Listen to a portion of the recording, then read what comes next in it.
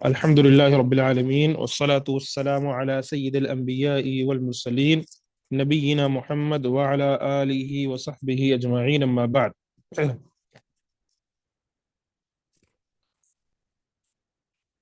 کتاب الجنائز، ہم نے کتاب الصلاح پڑھا. بہت ساری چیزیں ہم نے سیکھی الحمدللہ. ایسی چیزیں جس کا علم نہیں تھا وہ بھی سیکھا. قصر کیسے کرنا ہے، صلاۃ الکسوف، صلاۃ الخوف، صلاۃ الاستسقاء، اور اسی طریقے سے سنت موقدہ، اور اسی ویتر، اور یہ سارے مسائل ہم نے سیکھے. انہی میں سے ایک مسئلہ جو بہت اہم ہے، جسے سیکھنا ہمارے لیے ضروری بھی ہے، وہ ہے جنازے کے مسائل. جب جنازہ یا موت کا ذکر ہوتا ہے تو ہر انسان کے دل میں ایک ڈر اور خوف کا ماحول ہو جاتا ہے کہ یہ وہ ایسی چیز ہوتی ہے کہ انسان اس دنیا کو چھوڑ کر جاتا ہے یا پھر کسی اپنے کو قبرستان چھوڑ کر آتا ہے. اور ہر کسی کو جانا ہے اس دنیا میں جو رہ رہا ہے. کسی کو ہمیشگی کی زندگی اللہ نے نہیں دی ہے. کل من علیہا فان، ہر کسی کو فنا ہونا ہے سوائے اللہ رب العالمین کی ذات کے، جو باقی ہے اور باقی رہے گی. جنازے کے تعلق سے بہت ساری ہمارے معاشرے میں بدعات و خرافات بھی رائج ہو جاتی ہیں. جنازہ، اللہ کے رسول صلی اللہ علیہ وسلم نے ارشاد فرمایا کہ جس شخص کے جنازے میں 40 لوگ شریک ہوں، یعنی موحد لوگ ہوں، توحید والے ہوں، تو اللہ تبارک و تعالیٰ ان کی سفارش کو قبول کر لیتا ہے. یعنی ان کی دعاؤں کو اللہ قبول کرتا ہے. اگر وہ اس کے حق میں، یعنی جو میت ہے اس کے حق میں دعا کریں تو دعائیں قبول ہوتی ہیں. اللہ کے رسول صلی اللہ علیہ وسلم نے مسلمانوں کے حقوق ذکر فرمائے ہیں. انہی میں سے ایک حق یہ بھی ہے کہ مسلمان کا نماز جنازہ پڑھنا. کیا جنازے کی نماز فرض ہے؟ نہیں، یہ فرض کفایہ ہے. جنازے کی نماز کیا ہے؟ فرض کفایہ. فرض کفایہ کا کیا مطلب ہوتا ہے؟ اگر چند لوگ نماز پڑھ لیں تو باقیوں پر سے گناہ ہٹ جاتے ہیں، باقیوں کے لیے کفایت ہو جاتی ہے. اب ان کو پکڑ نہیں. اگر کوئی بھی نہ پڑھے تو سب کو پکڑا جائے گا، اللہ سب کو پکڑے گا. لیکن اگر چند لوگوں نے نماز ادا کر لی تو باقیوں پر سے یہ ہٹ جاتا ہے. حدیث پڑھتے ہیں. عن ابي هريره رضي الله عنه قال نعى النبي صلى الله عليه وسلم ان النجاشي في اليوم الذي مات فيه خرج بهم الى المصلى فصف بهم وكبر اربعا. سیدنا ابو ہریرہ رضی اللہ عنہ بیان کرتے ہیں، نبی نے نجاشی کی وفات کی اطلاع دی جس دن وہ فوت ہوا. آپ صلی اللہ علیہ وسلم نے انہیں یعنی صحابہ کو لے کر نماز گاہ کی طرف روانہ ہوئے. پھر ان کی صفیں بنائی اور 4 تکبیریں پڑھی. نجاشی کون تھا؟ نجاشی یہ حبشہ کا بادشاہ تھا. نجاشی یہ وہی بادشاہ تھا کہ جب مکہ کے اندر مسلمانوں پر ظلم و ستم کے پہاڑ توڑے جانے لگے تو اللہ کے نبی نے انہیں ہجرت کا حکم دیا تھا. تو یہ سارے اسی بادشاہ کی طرف انہوں نے ہجرت کی تھی اور اس بادشاہ نے ان کو پناہ دی تھی. بتایا جاتا ہے کہ یہ اپنے آخری وقت میں، یعنی یہ بعد میں اسلام قبول کر لیا تھا، اور اللہ کے رسول صلی اللہ علیہ وسلم نے ان کی غائبانہ نماز جنازہ پڑھائی. کبرا اربعن، یعنی کبرا اربعن کا کیا مطلب ہوتا ہے؟ کبرا کا معنی ہوتا ہے تکبیر، اربعہ کا معنی کیا ہوتا ہے؟ 4. اربعن یعنی 4. تو کیا مطلب ہوا؟ 4 تکبیریں. نماز جنازہ جو پڑھی جاتی ہے وہ 4 تکبیروں کے ساتھ پڑھی جاتی ہے. اور 4 تکبیروں میں کیا کیا پڑھی جاتی ہے؟ پہلی تکبیر کے اندر سورہ فاتحہ اور کوئی دوسری سورت پڑھی جائے گی. ٹھیک ہے، سورہ فاتحہ کا مطلب الحمدللہ رب العالمین، اور کوئی دوسری سورت پڑھ لیں چھوٹی سی. دوسری تکبیر اللہ اکبر کہیں گے، اور پھر اس کے بعد درود ابراہیمی پڑھیں گے، جسے درود شریف بھی کہتے ہیں عام لوگ، اللہم صلی علی محمد، یہ پورا کا پورا پڑھیں گے۔ پھر تیسری تکبیر کے لیے ہاتھ کو بلند کریں گے، اللہ اکبر، اور تیسری تکبیر کے بعد ہاتھ کو بلند کرنا یعنی رفع الیدین کرنا نہ کرنا، یہ آپ کی اپنی مرضی ہے، یعنی علماء کرام میں اس میں اختلاف ہے، بعض نے کہا کرو، بعض نے کہا نہ کرو۔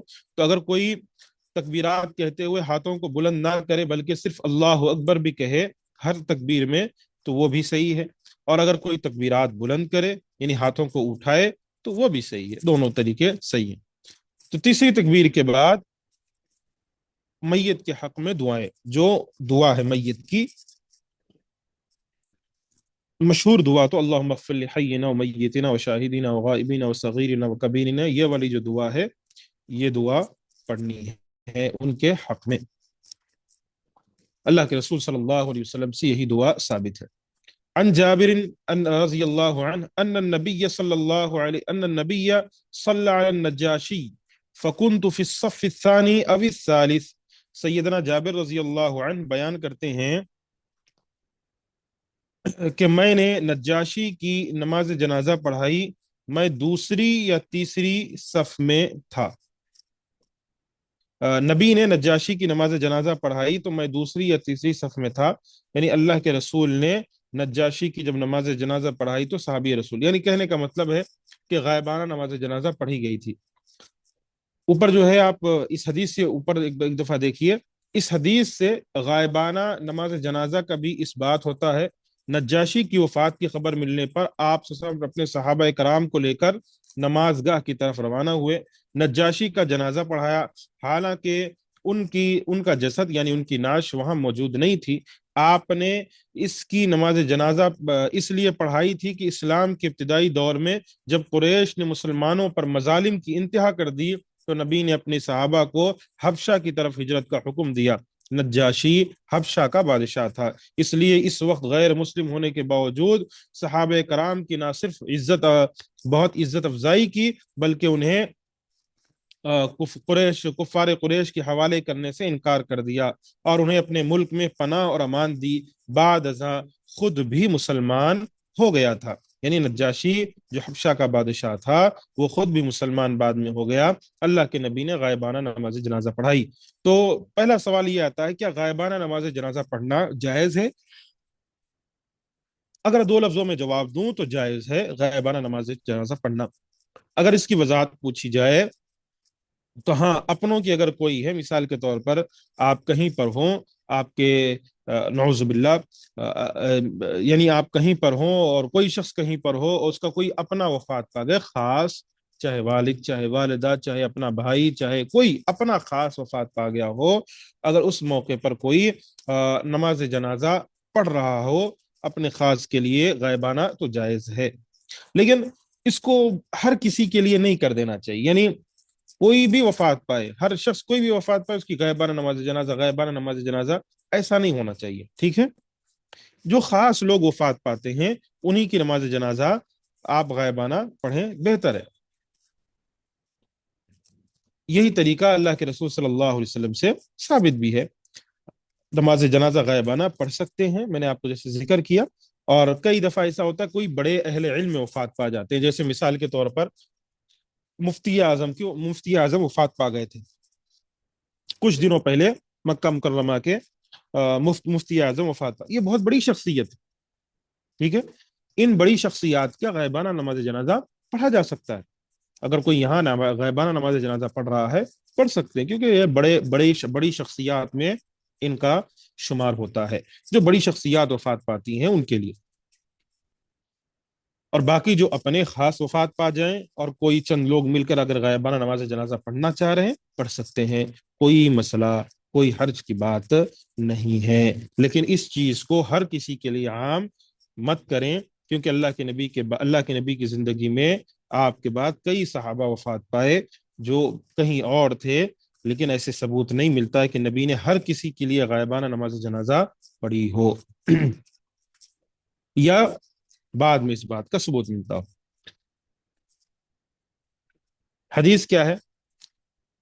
اس کے بعد والی حدیث 158 عن عبد الله بن عباس رضي الله عنها أن النبي صلى الله عليه وسلم صلى على قبر بعدما دفن فكبر عليه 4 ركعات. سیدنا عبداللہ بن عباس روایت کرتے ہیں نبی نے ایک میت کے دفن کر دیے جانے کے بعد اس کی قبر پر نماز جنازہ پڑھی. آپ صلی اللہ علیہ وسلم نے اس پر 4 تکبیریں کہیں، یعنی اس کی نماز جنازہ پڑھائی. اس حدیث کی شرح، اس حدیث میں میت کے دفن کر دیے جانے کے بعد اس کی قبر پر نماز جنازہ پڑھنے کا جواز ملتا ہے. امام احمد بن حنبل فرماتے ہیں کہ میت کی تدفین کے 1 ماہ اور کچھ دنوں تک کی مدت کے دوران ہی اس پر نماز جنازہ پڑھا جا سکتا ہے، اس کے بعد جائز نہیں. لیکن معتمد مذہب یہ ہے کہ کبھی بھی پڑھا جا سکتا ہے، اس کے لیے مدت کی قید نہیں ہے، جیسا کہ نبی نے شہدائے احد کا 8 سال بعد نماز جنازہ پڑھا تھا. البتہ اس میں یہ شرط ہے کہ جنازہ پڑھنے والا شخص میت کے فوت ہونے کے دن اہل وجوب میں سے ہو، یعنی جس دن فوت ہونے والے شخص کی وفات ہوئی تھی اس دن وہ نماز جنازہ پڑھنے والا اس حالت و کیفیت میں تھا کہ اس پر یہ حکم لاگو ہوتا تھا اور موانع میں سے کوئی امر اس میں نہیں تھا. یعنی کہنے کا مطلب یہ ہے کہ نماز جنازہ کب پڑھی جا سکتی ہے؟ اگر مثال کے طور پر کوئی اپنے وفات پا گئے، ان کی تدفین ہو گئی، تو کیا ہم جا کر ان کی نماز جنازہ پڑھ سکتے ہیں؟ تو اس حدیث سے اس بات کا جواز ملتا ہے کہ میت کی تدفین کے بعد اللہ کے رسول صلی اللہ علیہ وسلم نے ان کی قبر پر نماز جنازہ پڑھی. تو اگر کوئی جا کر نماز جنازہ پڑھتا ہے تو کوئی مسئلہ نہیں ہے، پڑھ سکتا ہے. ٹھیک ہے، اس کے اندر وہ جو مدت ہے اس کا جو ہے اختلاف ہے. کوئی کہتے ہیں، کسی نے کہا، امام احمد بن حنبل رحمہ اللہ نے کہا کہ 1 ماہ اور کچھ دن ایک اس کی مدت ہے، جبکہ صاحب کتاب کا کہنا یہ ہے کہ نہیں، 1 ماہ نہیں بلکہ اس کی مدت ہی نہیں ہے، بعد میں کبھی بھی اگر کوئی جا کر نماز جنازہ پڑھ سکتا ہے تو وہ پڑھ سکتا ہے.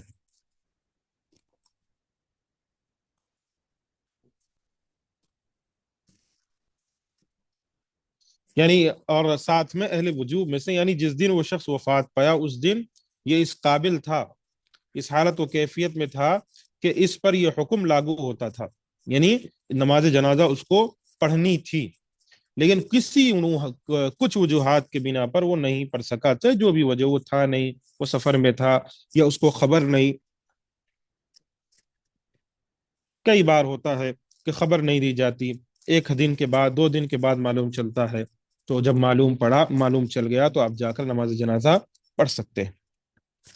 ان عائشہ رضی اللہ عنہا ان رسول اللہ صلی اللہ علیہ وسلم کفن فی اثواب یمانیت بیض سحولیت لیس فیہا قمیص ولا عمامہ.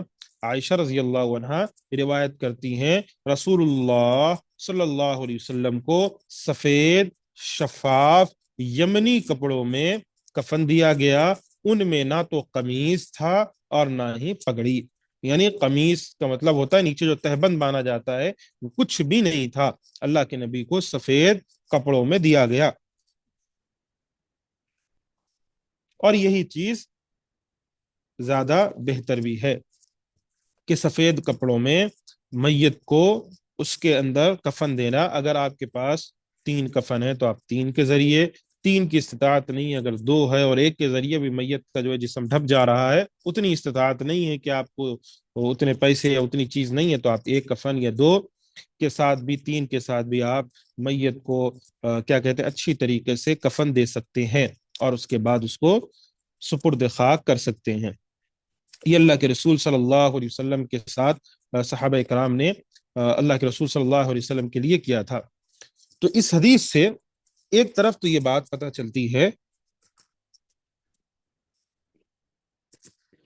کہ نبی کو کفن دیا گیا تھا، اور ساتھ میں اس بات کی وضاحت ہوتی ہے کہ وہ لوگ جو اللہ کے رسول صلی اللہ علیہ وسلم کو زندہ مانتے ہیں اور یہ نہیں مانتے کہ آپ اس دنیا سے جا چکے ہیں، ان کے لیے ثبوت ہے کہ ایک ایسا نبی، ایسی شخصیت کہ جن کی خاطر صحابہ اپنی جانوں کو قربان کرنے کے لیے تیار رہتے، اگر اللہ کے نبی حکم دے دیتے تو اپنے آپ کو کٹا کر نبی کے حضور پیش کرنے کو تیار رہتے۔ کیا خیال ہے نبی زندہ رہتے ہوئے ان کو کفن دیا گیا ہوگا؟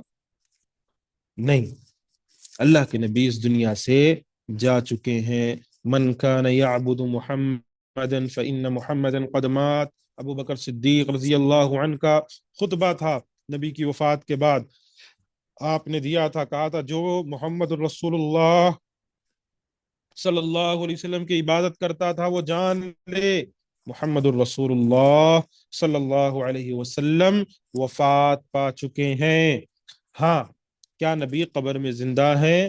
تو ہاں، اللہ کے رسول صلی اللہ علیہ وسلم اپنی برزخی زندگی میں زندہ ہیں، جیسے اللہ کی شایان شان ہے۔ اس کے اندر آپ ایسا نہیں بولیں گے کہ ایسا ہوگا یا فلانے ہوگا، یہ وہ ہوگا یہ ہوگا، نہیں، وہ برزخی زندگی ہے۔ برزخی کا مطلب دنیا سے زندگی کا ناطہ ختم ہو گیا، آخرت کے ساتھ جڑ گیا، وہ دنیاوی زندگی کا تعلق نہیں ہے، وہ برزخی زندگی ہے، وہاں اللہ کے نبی جیسے ہیں ویسے۔ اب مسئلہ سوال یہ آتا ہے کہ اگر اللہ کے نبی نہیں سنتے ہیں تو ہمارا درود نبی تک پہنچایا جاتا ہے، تو کیا نبی نہیں سنتے؟ تو اللہ کے نبی کو اللہ تبارک و تعالیٰ کی اجازت سے فرشتے اللہ کے نبی کو درود پہنچاتے ہیں۔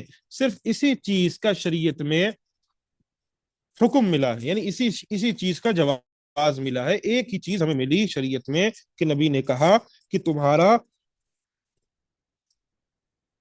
درود مجھ پر پیش ہوتا ہے۔ نبی نے یہ کبھی نہیں کہا، کسی روایت میں نہیں ہے کہ تم مجھ سے مانگو، تم مجھ سے مانگو گے وہ بھی میں سنوں گا، تم مجھ سے دعائیں کرو میں وہ بھی سنوں گا، تم میری قبر کے پاس پہنچ کر غلط اور کیا کہتے ہیں ایسے الفاظ لوگ استعمال کرتے ہیں کہ اللہ کے نبی آپ ہی دینے والے ہیں، آپ ہی نوازنے والے ہیں، آپ ہی کرنے والے ہیں، اللہ کے نبی سے کہیں نہیں ملا۔ نبی اس دنیا سے جا چکے ہیں۔